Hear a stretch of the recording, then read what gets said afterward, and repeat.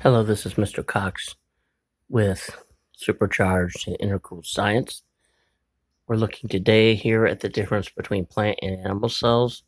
Here's a couple models that were made by some former students who have graduated some time ago from high school.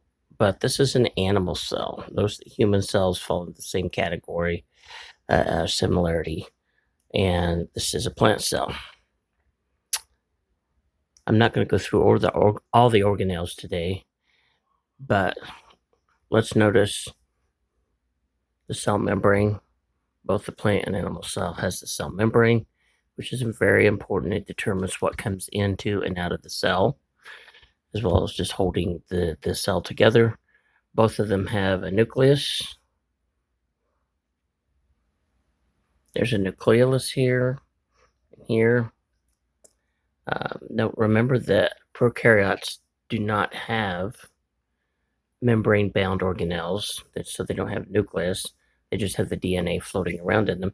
These are both eukaryotes because they have membrane-bound organelles, including a nucleus. So in the nucleus, this is where your DNA is at. It's chromatin, unless it's getting ready to go through mitosis or meiosis, which case they wind up as chromosomes that you can visibly see. Same thing in the plant. Nucleus. Here you have mitochondria. I'm just going to go through a few of these. This is the powerhouse of the cell where adenosine triphosphate, or ATP, is used for energy for the cell, and NADPH. We have similar structures in the animal cell and the plant cell. This is a plant cell. This is the animal cell, the mitochondria. Now, when it comes to, you also have smooth and rough endoplasmic reticulum, lysosomes, ribosomes, various different structures called organelles. Now, when it comes to differences, plants and animals. Plants tend to be more angular looking. Animal cells tend to be more ovular or loopy looking, where there's not the sharp angles to them, because animal cells do not have a cell wall. Plant cells do have a cell wall. Here's the membrane, there's the cell wall. The cell wall gives the structure and rigidity.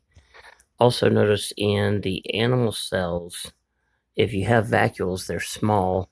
Here in plant cells, they normally have a very large vacuole. So you'll be able to find that very quickly in a plant cell. Another big difference is, well, both have mitochondria, again, here. Only the plant cells have chloroplast. These chloroplasts are where photosynthesis goes on, which doesn't occur generally in animals.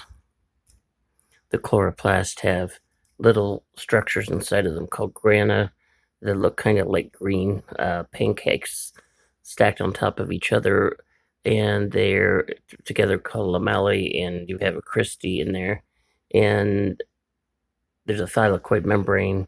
When photons or packets of light coming from the sun or even from artificial light sources hit these little structures in the chloroplast, it sets off a photochemical reaction.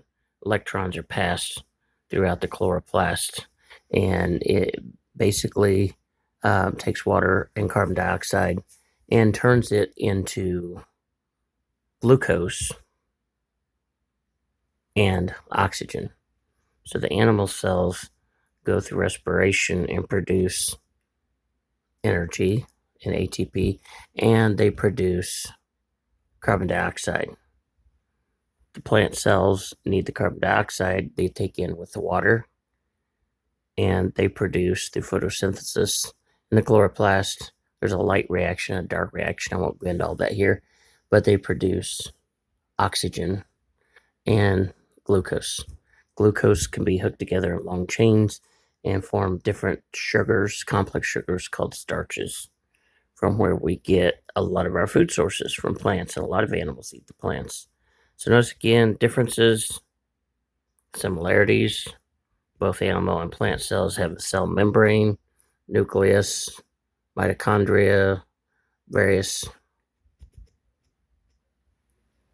organelles in them, but the plant cell also has a cell wall and a large vacuole and chloroplast. So that's all today, students. I'll catch you in another one of Mr. Cox's Supercharged and Intercooled Science.